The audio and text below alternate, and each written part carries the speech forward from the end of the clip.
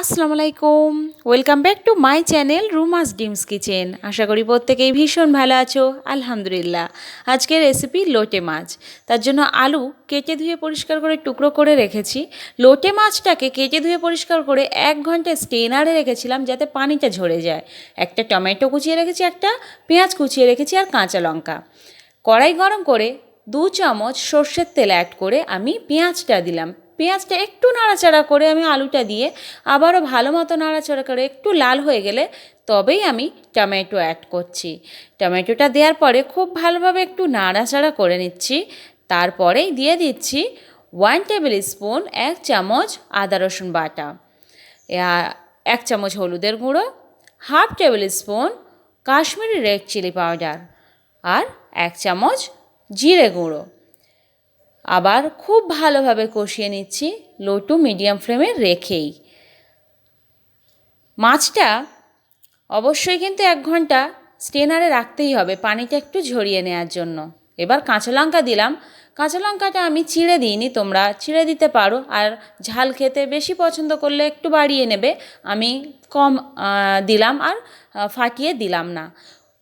প্রায় 8 থেকে 9 মিনিট কষিয়ে নেওয়ার পরেই কিন্তু আমি 1 কাপ পানি দিলাম। 250 গ্রাম মাছের মধ্যে আমি যে মশলা বা আলু পেঁয়াজ টমেটো যেইটাই নিয়েছি, তোমরা যদি মাছটা বাড়িয়ে নাও সেক্ষেত্রে উপকরণগুলো বাড়িয়ে নেবে। 1 কাপ পানি দেওয়ার পরে একটু কষিয়ে নেওয়ার পরে পানিটা যখন 1/2 কাপে এসেছে, আরও 1/2 কাপ পানি দিয়ে আমি ভালোভাবে নাড়াচাড়া করে স্বাদ মতো নুন দিয়ে নেব। লোটে মাছ রান্নায় বেশি পানি প্রয়োজন হয় না, যেহেতু ওই মাছে অনেকটাই পানি থাকে। আর পানিটা আগে থেকে একটু ঝরিয়ে রাখলে মাছটা একেবারে ভেঙে যায় না, গোটা গোটাই থাকে। তাই বলছি 1 ঘন্টা স্টেনারে অবশ্যই রাখবে পানিটা ঝরিয়ে নেওয়ার জন্য। নুনটা দিয়ে ভালোভাবে নাড়াচাড়া করার পরে মাছটা দিয়ে একটু ভালোভাবে মাখিয়ে নিচ্ছি। ভালো লাগলে অবশ্যই লাইক করো, ভিডিওটি দেখে চলে যাবে না বরাবরের মতো। আজকেও বলছি অবশ্যই কমেন্ট করো, অনেক বেশি শেয়ার করো। এবার ধনেপাতা অ্যাড করছি, তোমাদের কাছে যে রকম ধনেপাতা অ্যাভেলেবেল সেটাই অ্যাড করো। আর ঢাকা দিলাম, একেবারেই লো টু মিডিয়াম ফ্লেমেই রেখে রান্নাটা করে নিলাম।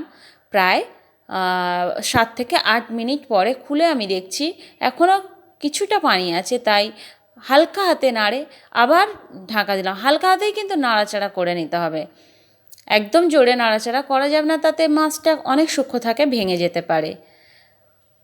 প্রায় আরও 5 মিনিট পরে খুলে দেখলাম অলমোস্ট ডান। আমি ওভেন অফ করলাম, 10 মিনিটস রেস্টে রেখে তারপরে আমি সার্ভ করলাম। Looking so good. অবশ্যই বাড়িতে বানিয়ে আমাকে জানিও কেমন লাগলো এই পৌরাণিক লোটে মাছের রেসিপি। দেখতে পাচ্ছ মাছগুলো কতটা গোটা গোটা আছে। এইভাবেই সেম প্রসেসেই বানিও। আর সবাই খুব ভালো থাকো। এখনও পর্যন্ত যারা সাবস্ক্রাইব করনি প্লিজ সাবস্ক্রাইব করে দাও। আল্লাহ হাফিজ।